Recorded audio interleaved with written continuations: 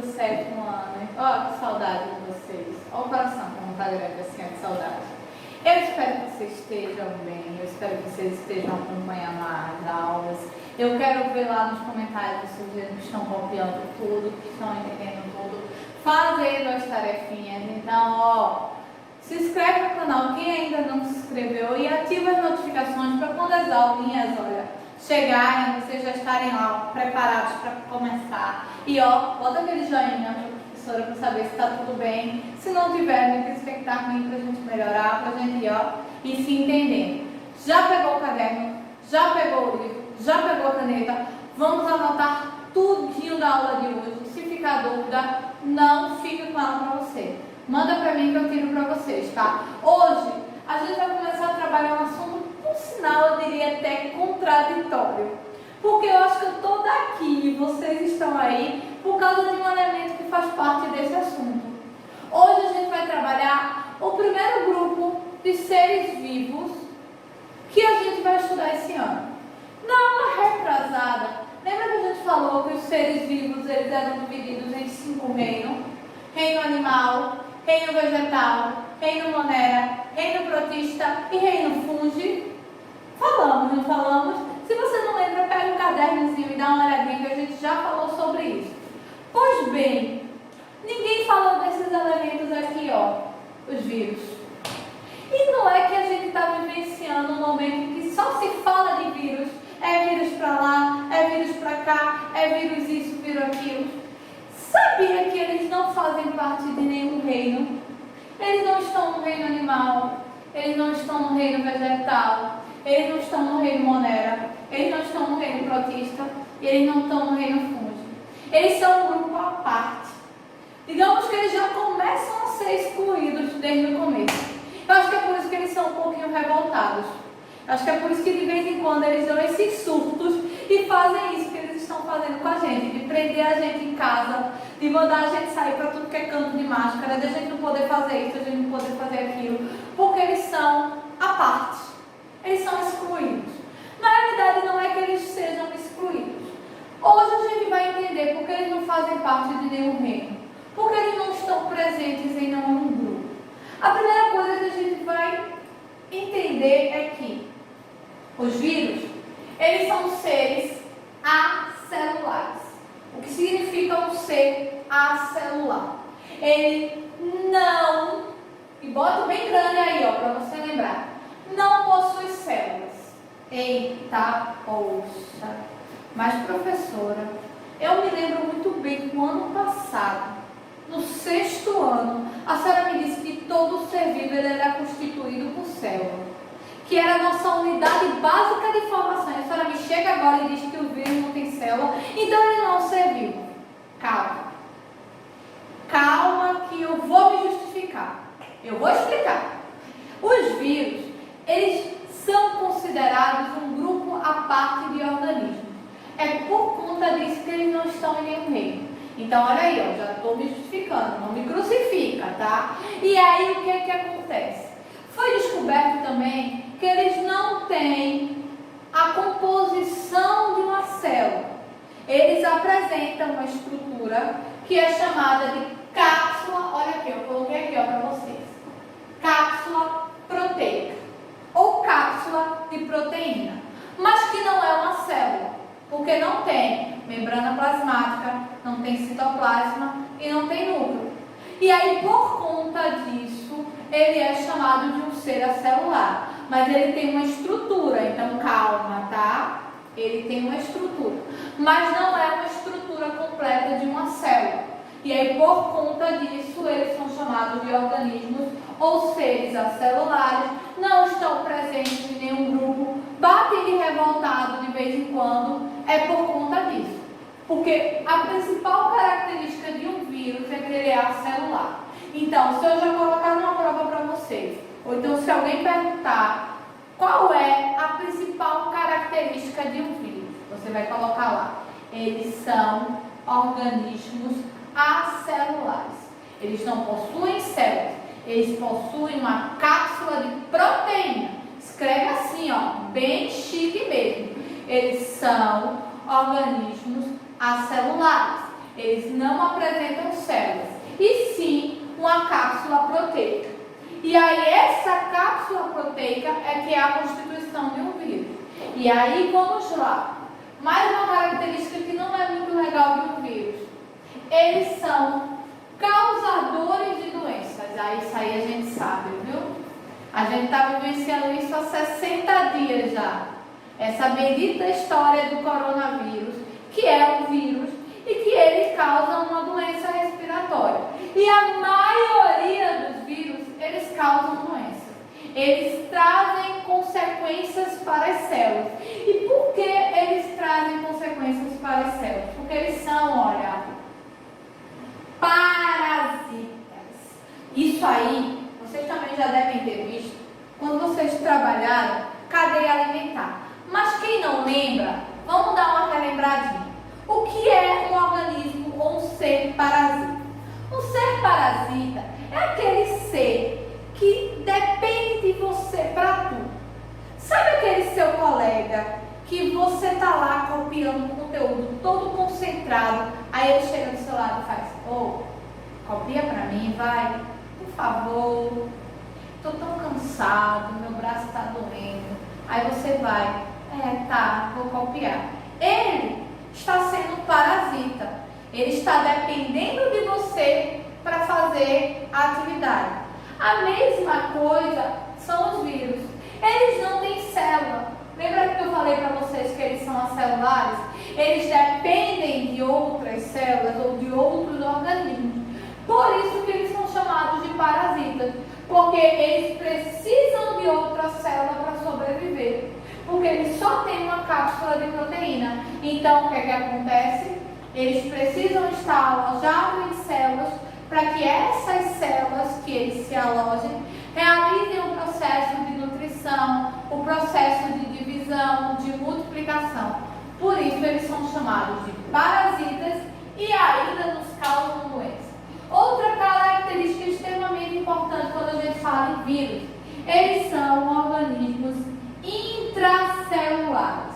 O que são organismos intracelulares?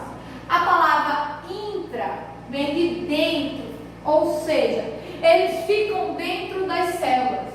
Mas isso aí a gente já começou a associar. A gente já consegue fazer aquela linha de raciocínio. Por quê? Porque a gente já começa a pensar assim: eles são acelulares e eles são parasitas. Ou seja, eles não têm células e precisam de outros seres vivos. Mas se faltam células para eles, então eles têm que se alojar onde? Nas células. Por isso que eles são chamados de organismos intracelulares. Porque eles se alojam nas células de outros seres vivos para poder sobreviver. Eles se alojam nas células de outros seres vivos para poder se multiplicar. Outra característica extremamente importante é que eles são chamados de parasitas obrigatórios. Por que eles são chamados de parasita obrigatório? Eles são chamados de parasita obrigatório porque não existe outra forma de eles se multiplicar a não ser dentro da célula de um ser vivo. Ou seja, eles precisam obrigatoriamente de um ser vivo com células para que ele consiga se multiplicar. Vocês já viram ou já devem ter ouvido falar que os vírus eles se alastram com muita facilidade. E quando eles se alojam dentro do corpo, é que ele se alastra mais ainda. Por quê? Ele se multiplica mais, porque ele vai se localizando nas células. E aí, como ele vai se localizando nas células, ele vai, se multiplicando, se multiplicando, se multiplicando. Porque, obrigatoriamente, se não tiver célula, eles não se multiplicam. Eles precisam obrigatoriamente de uma célula para poder se multiplicar. É uma característica muito importante também que você não pode esquecer. Outra é que eles apresentam-se de dois tipos. Eles podem ser chamados de adenovírus ou retrovírus. O que seria eles serem chamados de adenovírus ou eles serem chamados de retrovírus, professor? Veja só, o adenovírus é como se ele fosse o vírus inicial, ou seja, a primeira forma que ele se apresenta. A primeira característica que ele tem. É como se fosse a forma original. Já quando a gente fala em retrovírus, é que ele sofreu modificações. Ele sofreu processos de mutações ou de adaptações. E como é que um vírus ele vai se adaptar? Pera, se ele não tem célula, como é que ele vai fazer isso, professora? Isso é muito complicado para eu entender. Não é não, meus amores. Isso é tão fácil que vocês não vão nem acreditar. Quer um exemplo? Vamos trabalhar com exemplos que a gente tem agora, no nosso cotidiano. O coronavírus. Ele foi um vírus que surgiu lá na China. E aí, o clima, a organização social da população, a alimentação de lá, por exemplo, é totalmente diferente da alimentação daqui, do nosso clima, das nossas características gênicas. Somos diferentes, somos populações diferentes. Então, o que foi que o vírus fez? Ele sofreu adaptações, ele se mutou, ele se adaptou para poder se alojar no nosso organismo e executar as mesmas funções que ele executava no organismo dos primeiros indivíduos a qual ele se alojou, ou seja, ele se modificou para se adaptar. E um retrovírus, ele passa justamente por esse processo de modificação para adaptação.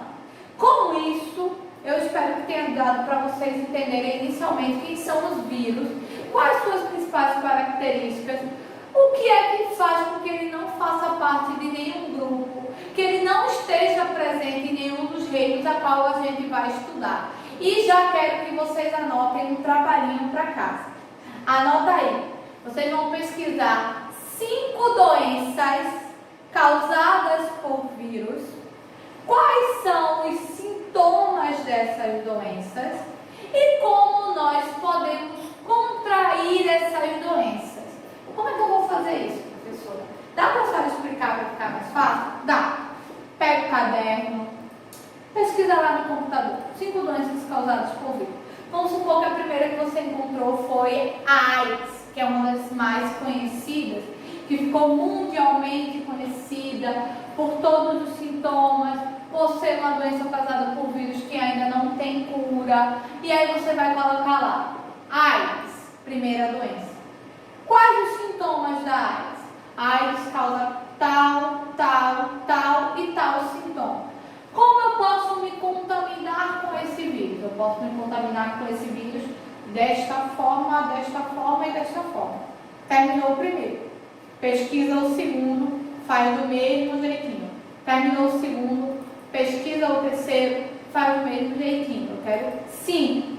Quando você terminar, tira a foto, envia por e-mail para mim, ou então me marca no Instagram, ou então me envia pelos comentários aqui do vídeo, manda para mim, que eu vou colocar lá, ó, um ok de entrega. E se não me entregarem, eu vou começar a cobrar, tá? Ainda não estou cobrando, porque eu estou esperando vocês me enviarem todas as tarefinhas. Daqui a pouco eu vou começar a cobrar. Terminando o vírus, muda a página, nós vamos para o nosso segundo assunto de hoje, que é o nosso primeiro reino. Vira a página aí, que a gente vai começar o nosso primeiro reino do grupo. Como eu falei para vocês, hoje a gente ia trabalhar 2 grupos. Nós trabalhamos os vírus e agora a gente vai trabalhar o primeiro reino. Ó, bem chique. Lembrem que são 5, tá? Monera, protista, fungi, vegetal e animal. Vamos trabalhar o primeiro. Por que a gente vai começar com o reino Monera? Porque os representantes desse reino, eles são os organismos considerados organismos simples. Eles só não são tão simples quanto os vírus que a gente acabou de ver, que aí os vírus não. Eles são tão simples quanto são letais, querendo fazer uma comparação, porque os vírus nem célula têm, mas eles causam doença. Os vírus precisam de outras células para sobreviver, mas eles machucam essas células a qual eles sobrevivem. Então, assim, eles são um pouco contraditórios se a gente fosse parar para pensar direitinho. Então, seguindo essa mesma linha de raciocínio, a gente agora vai começar com o primeiro reino, que é chamado de reino Monera. O reino Monera, peraí, Manuela, quem é que é representante do reino Monera? Não consigo associar. Quando eu falar para vocês, vocês vão dizer, para professor, é sério, é sério. Os representantes do reino Monera as bactérias. Preste atenção, nós estamos falando de bactérias, por isso que eu falei que a gente está seguindo a linha de raciocínio dos vírus. Por quê? As bactérias, querendo ou não, elas são tão simples quanto os vírus. Elas causam doenças iguais aos vírus. Assim, quando eu digo iguais é porque elas também são causadoras de doenças como os vírus. Elas têm uma constituição simples, elas se alojam em células, ou seja, tá quase no pau a pau dos vírus. Só que vamos entender quem são as bactérias. As bactérias, elas apresentam estruturas simples, porém, elas têm uma coisa diferente dos vírus. Elas apresentam estruturas simples, mas elas são chamadas de organismos unicelulares. O que são organismos unicelulares, professora? Por favor, me explique. Eu explico e digo mais. Pega aí a folhinha do caderno e coloca aí, unicelulares. Colocou unicelulares? E aí eu vou dizer para vocês. Organismos unicelulares são organismos que apresentam uma única célula. Por isso que as bactérias são chamadas de organismos simples. Elas só apresentam uma célula, então é bem simples. A composição é super tranquila. E além de elas apresentarem uma única célula, essa única célula vai apresentar as três partes bem organizadas: membrana plasmática, citoplasma e núcleo. Tudo bem organizado e bem estruturado, sem nenhum problema, sem faltar nada com relação às características. Por isso que as bactérias fazem parte de um reino, porque querendo ou não, elas são um pouquinho mais evoluídas. O que é que acontece? Como eu estava falando para vocês, preste atenção. São unicelulares, mesmo assim, tem as células bem organizadas, cada bactéria tem sua célula com membrana plasmática, citoplasma e núcleo. Só que lembra que eu falei para vocês que os vírus eles se reproduzem muito rápido? As bactérias também. As bactérias elas apresentam um alto poder de reprodução, ou seja, mesmo ela possuindo células, mesmo ela não precisando de outro ser vivo, elas se alojam nesse ser vivo e elas se reproduzem de forma muito rápida, ou seja, elas se multiplicam rapidamente. Isso faz com que as bactérias também sejam causadoras de doença, querendo ou não, as bactérias também sejam parasitas, ou seja, elas também precisam de outros seres vivos para sobreviver. Outra característica importante das bactérias, que é um nome que eu acho que vocês ainda não ouviram falar, mas se já ouviram, vamos relembrar, e se não ouviram, vamos entender. As bactérias também são chamadas de organismos autotrófos e heterotrófos. Vixe, que nome difícil, nome chato, professora.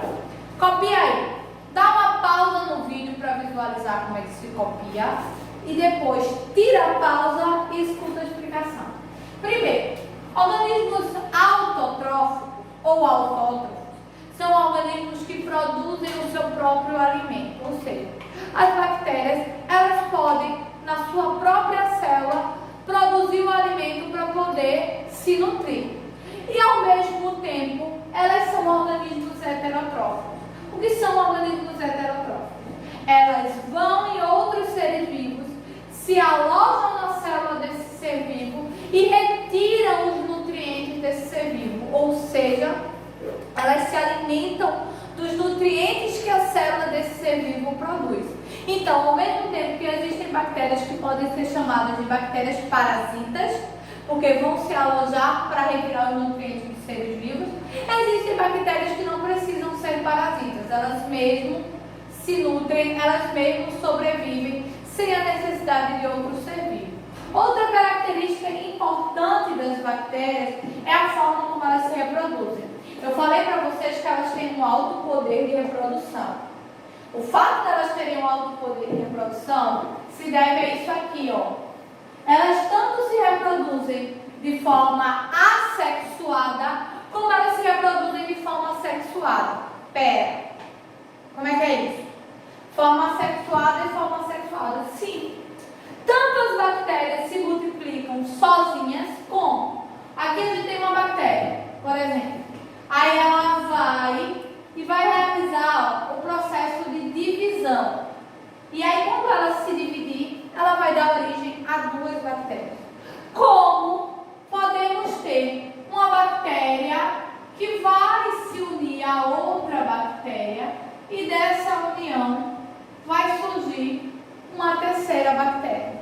Então, tanto elas podem se reproduzir de forma sexuada, como elas podem se reproduzir de forma assexuada. Outra característica das bactérias, elas possuem formatos diferentes. Estamos evoluindo os seres vivos. As bactérias elas podem apresentar formatos esféricos, que são chamadas de bactérias esféricas.